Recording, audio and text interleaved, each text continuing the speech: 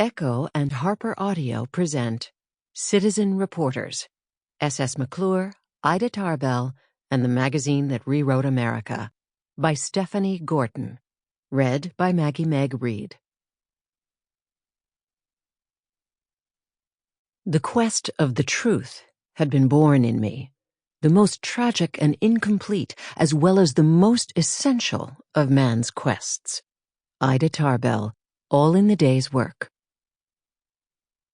In America, the president reigns for 4 years, and journalism governs forever and ever.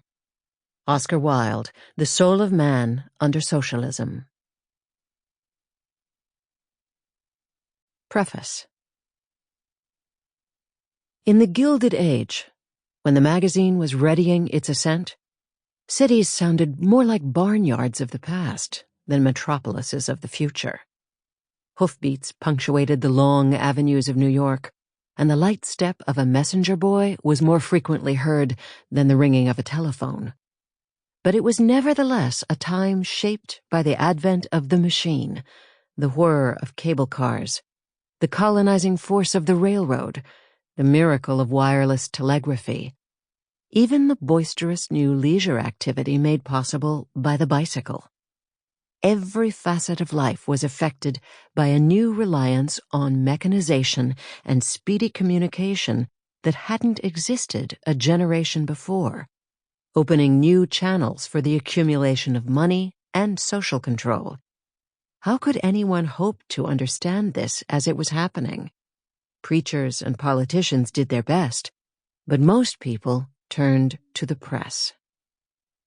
A magazine seems to be a frivolous thing, a way to pass the time in a waiting room or on a commute, a way to take a break from the work of real thinking.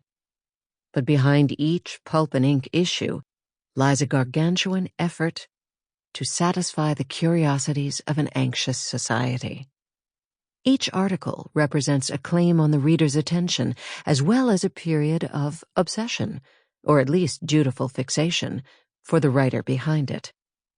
In the years before radio, television, and the internet, this meant readers from all walks of life, from the president to the newly literate, turned to the written word to tell them what exactly they were living through and what might come next.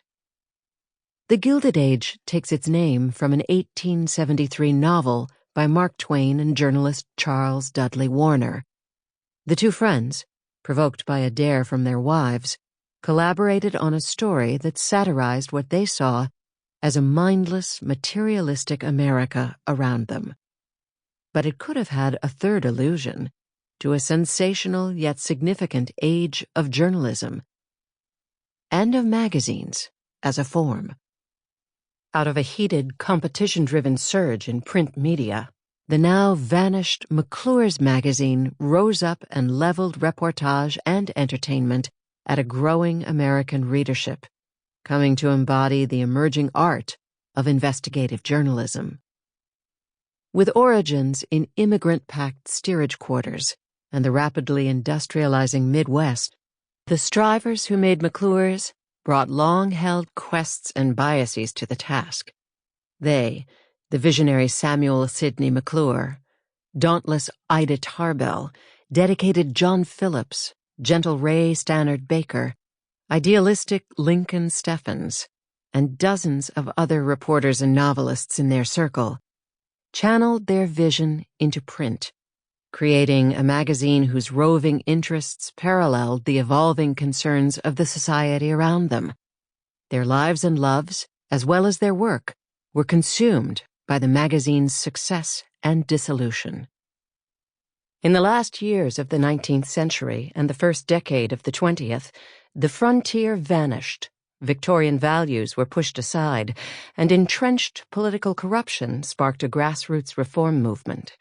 Railroads extended their reach across the continent, requiring American time zones to be standardized for the first time. Town clocks no longer set their time by the sun or the local almanac, but by the railroad schedule. Electricity lit cities that had previously been dim and smoky with kerosene and whale oil, and telegraphy accelerated the end of the Pony Express. Sample complete. Ready to continue?